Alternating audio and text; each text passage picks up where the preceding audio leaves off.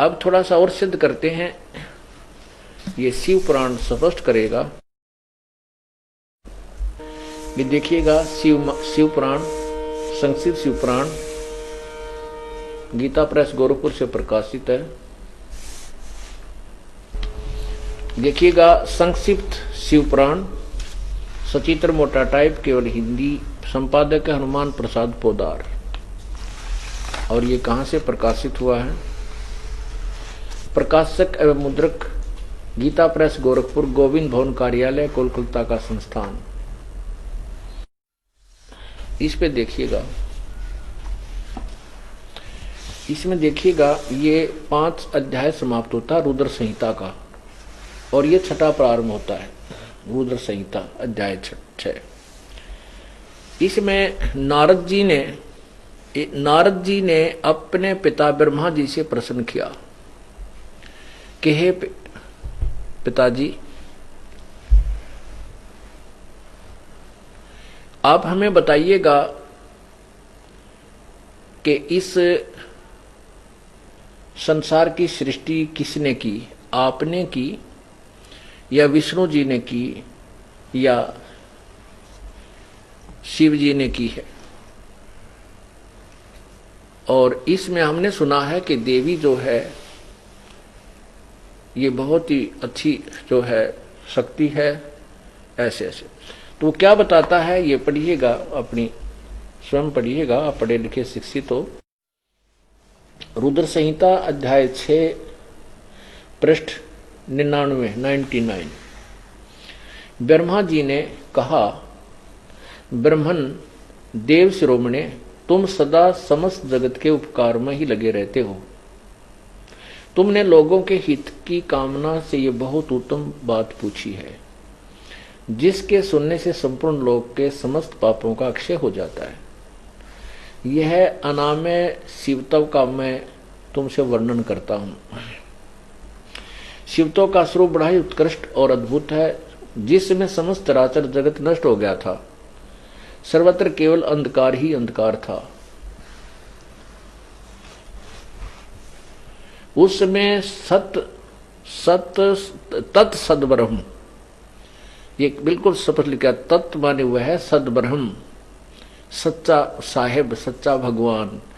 इस श्रुति से जो सत्य सुना जाता है, एकमात्र ही शेष था,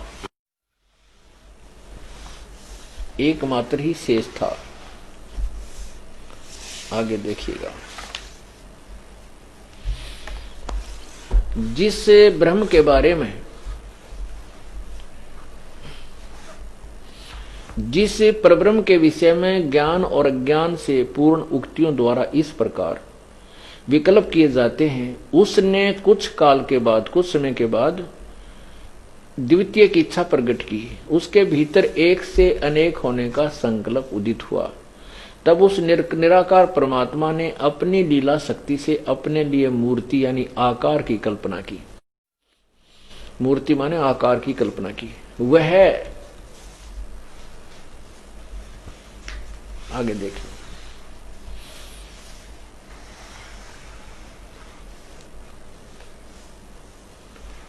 आइए, जो यहां देखना, जो मूर्ति रहित परम ब्रह्म है, उसकी मूर्ति, जिसने अपनी निराकार कहे हैं, उसी ने कहते साकार मूर्ति भगवान सदाशिव है। उस निराकार की साकार मूर्ति ये भगवान सदाशिव हैं। आगे देखना सदाशिव की क्या डेफिनेशन बताएंगे। अर्वाचीन और प्राचीन विद्वान उन्हीं को ईश्वर कहते हैं।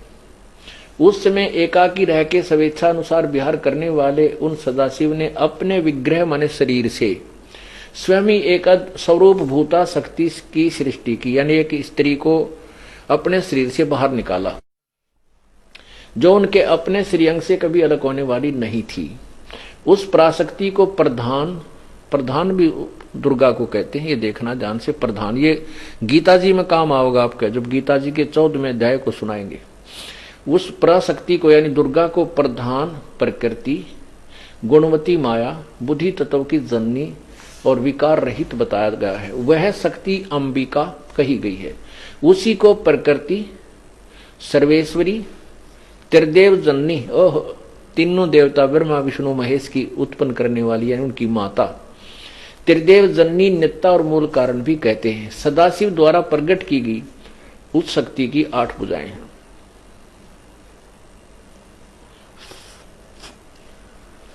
अब देखो स्पष्ट हो गया कि दुर्गा को प्रकृति भी कहते हैं, प्रधान भी कहते हैं, त्रिदेव जननी और नित्या और मूल कारण भी कहते हैं। सदाशिव द्वारा प्रकट की गई, यानी काल ने अपने शरीर से, काल के शरीर से परमात्मा ने निकाली थी। वास्तविकता ये है, उसकी 8 भुजाएं हैं, ये भी स्पष्ट हो गया। यहां देखो, वे जो सदाशिव हैं उन्हें परम पुरुष, ईश्वर, शिव, शंभु और महेश्वर कहते हैं। यहां देखना, वे सदाशिव जिसको कहते हैं, वे अपने सारे अंगों में भस्म रमाए रहते हैं उन काल रूपी ब्रह्म ने। अब देखो, ये जो सदाशिव कहा इन्होंने, वो भगवान सदाशिव हैं, और उसने एक समय विहार करने वाले सदाशिव ने अपने विग्रह से ही एक स्वरूप भूता शक्ति की सृष्टि की, तो वो सदाशिव को काल भी कहते हैं। ये देखो, वे अपने सारे अंगों में भस्म रमाए रहते हैं उन काल रूपी ब्रह्म ने। ओह, ये काल कहो चाहे ब्रह्म कहो, ब्रह्म ने एक ही समय में शक्ति के नाथ नहीं, ये शक्ति के साथ शिवलोक नामक अक्षेत्र का निर्माण किया था। उसमें उस उत्तम अक्षेत्र को काशी कहते हैं। वे प्रिया और प्रियतम रूप, शक्ति और शिव, दुर्गा और शिव पति पत्नी रूप में, प्रियतम, प्रिया और प्रियतम रूप, जो परमानंद स्वरूप है, उस मनोरम क्षेत्र में नित्य निवास करते हैं।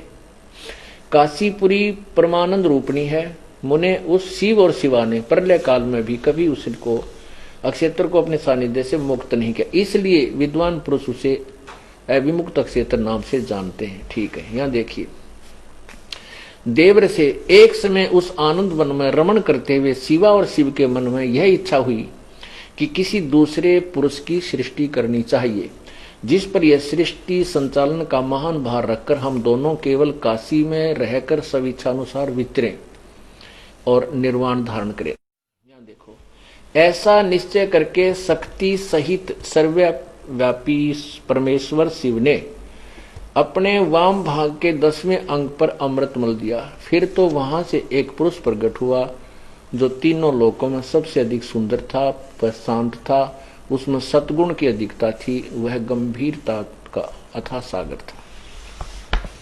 अब देखो, 101 पर पढ़ा आपने, अब 102 पर देखें। 102 पे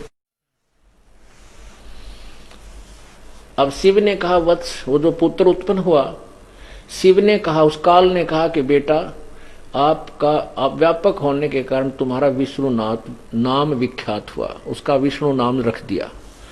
अब देखो, ब्रह्मा जी बता रहे हैं, ब्रह्मा जी कहते हैं देवर से, तत्पश्चात कल्याणकारी परमेश्वर शाम सदाशिव ने पूर्ववत जैसे विष्णु पैदा किया था, ऐसे ही मुझे अपने दाहिने अंग से उत्पन्न किया। महेश्वर ने मुझे तुरंत अपनी माया से मोहित करके नारायण देव की नाभिक मन में डाल दिया और लीला पूर्वक मुझे वहां से प्रकट किया। अब इससे क्या सिद्ध हुआ कि इस काल रूपी ब्रह्म तय अर्थात सदाशिव तय ब्रह्मा और विष्णु की उत्पत्ति सिद्ध कर दी। आगे चलकर इस काल ने ब्रह्मा और विष्णु का आपस में झगड़ा हो गया, इनके बीच में एक सतम रख दिया, तेजो में सतम बीच में डाल दिया, तो ये दोनों उसके और छोर ऊपर नीचे देख के उसका एंड देखने लगे, उसका कहीं उनको और छोर नहीं मिला। फिर वहां कहते हैं वो साकार परमात्मा ये काल प्रकट हुआ और उसने कहा कि तुम दोनों मेरे से उत्पन्न हुए और तीसरा जो रुद्र है वो भी मेरे से उत्पन्न होगा और तुम मिलकर के जो है इस सृष्टि के कार्य को प्रारंभ करो। अब यहां दिखाते, क्योंकि यहां जो लेखक ने, अनुवादकर्ता ने ये सोचा कि तू जो लिख रहा है, अनुवादकर्ता इसमें गड़बड़ कर गया है, बाकी संस्कृत वाली में और अच्छी तरह क्लियर है। तो यहां 9वें अध्याय में स्पष्ट किया है, ये 4 सिद्ध कर दिए। ये देखो, ये अध्याय 9 चल रहा है, ये अध्याय 9 यहां समाप्त होता है। पृष्ठ नंबर 110 पे वही संक्षिप्त शिवपुराण 9वां अध्याय में एंड में लिखा है कि इस प्रकार ब्रह्मा, विष्णु और रुद्र यानी ये शिव, इन तीनों देवताओं में गुण है, परंतु शिव गुणातीत माने गए। शिव कौन है? ये काल है।